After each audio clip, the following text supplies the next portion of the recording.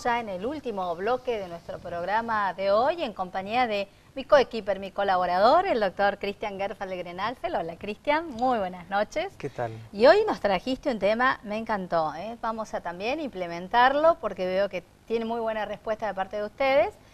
Comentar distintos fallos de distintos jueces, superiores tribunales de otras provincias o cámaras de apelaciones de las distintas provincias del país, con fallos que son novedosos y que hacen a esta problemática de familiar que tenemos cotidianamente. Semanas atrás invitamos a la doctora Carolina Maya para hablar de un tema interesante cuando una empresa donde trabajaba un señor que debía pasar una cuota alimentaria no hacía el depósito que correspondía, se hizo una desobediencia judicial y se lo intimó. El señor dejó de trabajar en esa empresa, pero se obligó a esa empresa a depositar las cuotas alimentarias anteriores que cuando ese señor trabajaba en la empresa no habían depositado. Muy novedoso. Y hoy vamos a charlar con el doctor Gerfald también de un fallo importantísimo. La semana pasada justamente invitamos al presidente del Colegio de Abogados de la provincia de Misiones, donde nos comentaba de la formación de no sé si es un departamento o un área, donde hay consultoría gratuita para asesorar a niños, niñas y adolescentes cuando hay un conflicto de derechos e intereses de los niños con su grupo familiar. Y hoy por eso Cristian se puso a investigar y nos trae un fallo interesantísimo que vamos a estar dialogando. Cristian, contanos un poquito de qué se trata este fallo, una sentencia de una Cámara de Apelaciones de Trelew. Sí, correcto. Buenas noches, Fernanda. Y la idea era salir un poquito de discapacidad, como dijimos que el programa iba a tocar no solamente los temas que concernentes a discapacidad, sino también ancianidad, niñez. Entonces decidí tomar este punto en particular para ver cómo se van introduciendo lentamente, se va poniendo en práctica lo que dice este nuevo Código Civil, que este fallo en realidad es a días de haberse sancionado el Código Civil y Comercial Unificado, que es del 28 de agosto del año pasado, que refleja lo que vengo a hablar en este bloque, que es el principio de autonomía progresiva del menor. Si bien ya estaba contenido en la Convención de los Derechos del Niño, sí, siempre y lo hablamos, en nuestra Constitución claro, Nacional, y en nuestra Constitución, que tenía jerarquía constitucional. Pero que lamentablemente, esto lo hago propio porque es un comentario mío, porque peleamos mucho en tribunales de que nosotros estamos hablando siempre del superior interés de los niños, basados en la Convención Internacional, que al momento en que en el año 1990 la República Argentina la suscribió, la hizo parte de nuestro derecho interno, hoy está contenida en la Constitución Nacional y es obligación que todos los jueces la respeten y la impartan, no se aparten de ella. Bueno, era un discutir mucho porque esto no se tenía en cuenta en los tribunales, cuando uno hace referencia en sus escritos sobre la Constitución Nacional y los derechos de los chicos, de los niños, niñas y adolescentes. Pero bueno, enhorabuena que ahora, a partir del 1 de agosto de 2015, está el nuevo Código Civil y Comercial que lo contempla porque lo incorpora. Parece que ahora los tribunales han descubierto que los niños tienen derechos, que tienen que tener una superprotección y que entre ellos está esta cuestión de que los niños progresivamente puedan ir defendiendo sus derechos, acompañados de, por supuesto, un profesional que los asesore, más allá de la intervención del defensor de menores, que tiene que estar siempre presente donde hay niños. Exactamente, Fernanda. Ahora ya digamos que los jueces ya no tienen excusas al momento de interpretar la ley, porque desde los tratados internacionales está el Código Civil y la Ley de Protección de los Derechos de Niños, Niñas y Adolescentes, también como mencionaba el doctor Ayala en el programa anterior, no hay excusa. Este caso en concreto se trata de una abuela que hace una denuncia por defensoría oficial, o sea, defensoría de familia, manifestando una medida de protección de persona, pidiendo quedarse con la nena, con su nieta, atento a que los padres están ejerciendo actos de violencia tanto psicológica como física sobre la nena. El juez de grado, o sea, el juez de primera instancia del juzgado de familia de Trelew, resuelve de que la abuela mantendrá la guarda de la nena durante 3 meses, pero con la reserva de iniciar un proceso de revinculación y, finalizados los 3 meses, volver a su hogar, al hogar conflictivo, digamos. Naturalmente la abuela ante esta situación apela esa decisión y la Cámara de Familia de Trelew da totalmente vuelta a este Cambia fallo. la vuelta, claro. Basándose, no está descubriendo, digamos, lo único que hace este tribunal es aplicar correctamente la ley, que es mirar el Código Civil, los pactos internacionales, el artículo 2 del Código Civil. Hay que destacar también que en el nuevo Código Civil hay un capítulo específico que dice la persona menor de edad. Hay un capítulo destinado al menor de edad, que es el artículo 26, donde refiere que el menor, en principio, la representación de los menores lo ejercen sus representantes legales, que van a ser sus padres, tutores, guardadores, y en su defecto, el menor con un grado de capacidad y madurez necesaria puede él mismo presentarse en juicio con asistencia de un abogado cuando estén en conflicto de intereses de este menor con sus padres y participar en el juicio.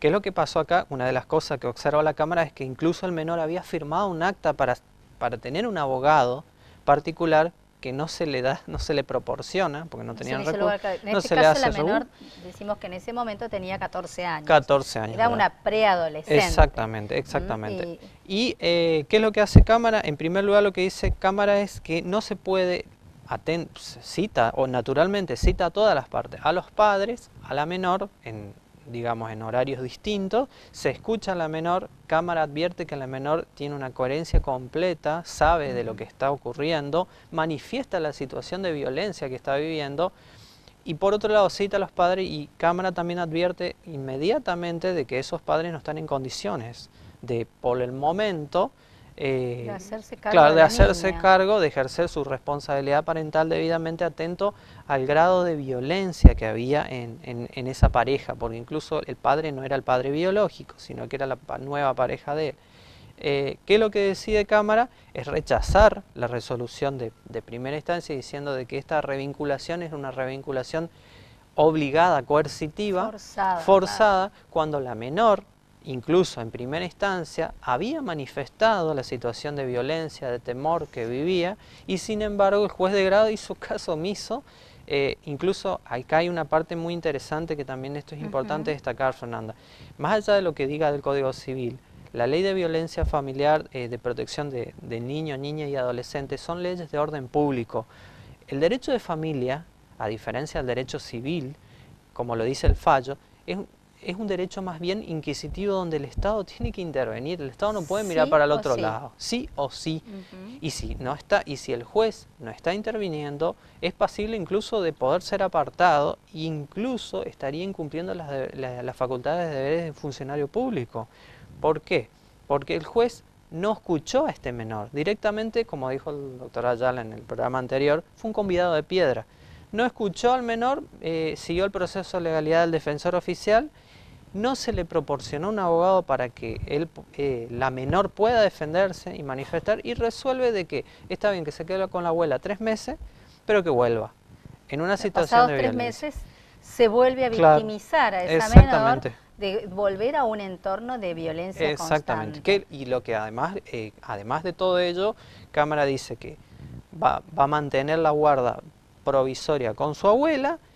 Se le exige a los padres, acá también entraría la línea 102, digamos, se le exige a los padres, pero en este caso un tratamiento psicológico a ambos padres, psiquiátrico y psicológico. Evidentemente había un grado de violencia bastante grave, porque incluso dice psiquiátrico y psicológico, lo cual el grado de violencia era bastante importante. Y manifiesta y que con el correr del tiempo se verá en el futuro una eventual revinculación. Pero claro, se los va a evaluar a los adultos. Exactamente. Si los adultos pudieron revertir esta situación de violencia interna que tienen ellos y además con la menor, y recién ahí resolver si se revirtió, se volvió atrás, desaparecieron esos actos de violencia, recién volver a revincular a esa nena de 14 años con su madre y su padrastro o la pareja de su madre. Muchas veces estos procesos de las revinculaciones se los suelen usar, digamos, con la excusa del padre, del famoso síndrome de alienación parental que dice el padre, de que donde está el menor es inducido para hablar mal de los padres. Esto no necesariamente es así. Acá lo que hay que escuchar es la voz del menor. Es lo mismo que en el régimen de comunicación y contacto. ¿Vos con quién querés estar? ¿Con quién más te sentís bien? Siempre es lo mismo que pasa con el tema de... Son forzados, obligados los niños a mantener un contacto con una persona, un papá o una mamá que nunca se interiorizó por el niño, y los niños lo sienten a eso. Claro, cambia la concepción. Cambia la concepción, por eso es importante, bueno, este articulito que se incorporó al nuevo código, que ahora entonces los obliga a los juzgados a citar a los chicos, aunque sea un niño de 5 años, de 6 años, puede manifestarse. Puede manifestarse. Y poder entonces expresar qué es lo que está vivenciando ese niño en el interior, más allá de lo que los adultos están exponiendo ante la justicia. Claro. El artículo, acá también es importante destacar que el artículo que es el 639 del Código, el 638 habla de la responsabilidad parental y el 639 trabaja sobre 3 pilares. El derecho, el interés superior del niño, que en este caso en el juez de primera instancia no lo aplica. El segundo pilar es esa autonomía progresiva. ¿Qué quiere decir para que la gente entienda autonomía progresiva? A medida que el niño va creciendo, la representación de los padres va cediendo, o sea, se va acotando. ¿Por qué? Porque el niño va tomando más independencia y poder de decisión. Después, con el correr de los programas, vamos a hablar de otros temas. Hay temas muy interesantísimos, como por ejemplo el adolescente de 16 años que le plantea a sus padres que quiere ponerse un piercing. Los garitos de esto, cuando hay invasión, o los tatuajes, hay invasión en el cuerpo. Entonces, donde ya la justicia dice que no necesitan más autorización. Exactamente. Lo dice la ley, ¿no? Exactamente. ¿Por qué? Porque a partir de los 16 años ya casi es un menor adulto. Y hay determinadas situaciones o hay situaciones que, por ejemplo, operaciones que son mutilantes, el tema de las cirugías estéticas en las mujeres, se van planteando nuevas, muchísimas cosas, muchas situaciones nuevas que van acompañadas del avance y también del cambio cultural que va teniendo la sociedad. Claro, por eso queríamos comentar el abordaje de este fallo, que es muy nuevo y es muy novedoso a nivel nacional en todo el país. ¿Por qué? Porque acá, bueno, hay un juez que por un lado no tuvo en cuenta a ese menor, que es un verdadero sujeto de derechos y a quien hay que respetarlo y preservarlo. Lo trató como un objeto. Exactamente. Ahora, ¿cuáles eran los intereses y el conflicto de los adultos? Como esta abuela, preocupada por la decisión de este juez, apeló, quiere decir que se fue a una cámara de apelaciones donde 3 jueces, ya no uno solo, analizan esta situación y resolvió realmente que se había conculcado. Entonces la gravedad es que aquí hay un juez que faltó a sus deberes de funcionario, porque no respetó lo que dice la ley. Es obligatorio que esa menor de 14 años fuera escuchada y que se respetaran también sus derechos y sus propios requerimientos. En ese punto que vos manifestás, Fernanda, y esto es importante, cuando nos referimos a que la menor debe ser escuchada, también el artículo 26 del Código Civil establece de que la representación necesaria la ejercen los padres. Cuando el menor tiene ese grado de madurez necesaria, que eso se determina fácilmente con una pericial psicológica y psiquiátrica, se sabe si el chico tiene una madurez necesaria, este menor puede requerir la asistencia letrada, es decir, él puede tener su propio abogado. Y acá es un punto interesante, y esto va también para lo que hablaba Carolina en programas anteriores del tema del alimento. Un menor de 13 años puede iniciar una demanda de alimentos. A sus propios padres. A sus propios padres. Así que esto es muy interesante, la legitimación activa, y lo dice, no lo dice ninguna, lo dice el Código Civil. Lo dice la ley. Claramente. Claro, lo dice la ley, entonces no hay ninguna, nadie puede sustraerse a lo que dice la ley, a lo que está escrito en la ley. Esto es importante, que los niños pueden ejercer su propia representación, más allá que donde hay conflictos de intereses que se judicializan, donde hay cuestiones de niños, siempre hay un defensor de menores, por supuesto. Pero ese defensor de menores no representa al niño, está velando que los derechos de ese niño no sean conculcados. Pero él tiene independientemente derecho a reclamar la asistencia de un abogado, o si no puede pagar un abogado, de un defensor, pero que va a cumplir el rol de abogado del niño. Y por otro lado, lo importante también que yo quiero remarcar de este fallo es que hay situaciones en que los jueces no pueden sustraerse porque lo dice la ley, lo dice la Constitución Nacional.